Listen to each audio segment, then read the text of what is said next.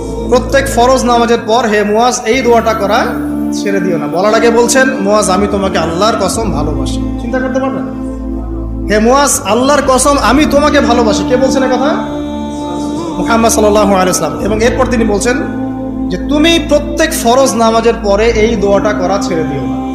কোন দোয়া? আল্লাহুম্মা আইন্নি আলা যিকরিকা ওয়া শুকরিকা ওয়া হুসনি ইবাদাতি। বলেন আমার সাথে, আল্লাহুম্মা আইন্নি আলা যিকরিক ওয়া শুকরিক ওয়া হুসনি ইবাদাতিক।